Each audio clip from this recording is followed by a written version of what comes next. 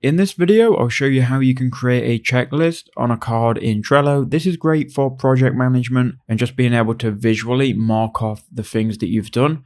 And then once you've done everything, it will go to 100% and you can visually see that that task has been done. So let me show you how to do it. Okay, so once you're in your Trello board, click on the card you want to add a checklist to. I'm adding a checklist to Amazing Travel Vlog. You can then go to checklist on the right and then you can give it a title. I'm just going to keep it as checklist. Now from here you can add an item.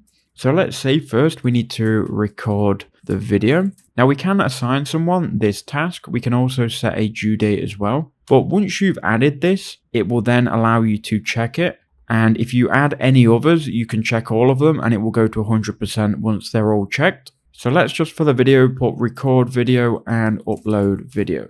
Now with these two items added, we can check these and you can see visually on the card when everything is complete. So that's how you do it. I hope that helped you out.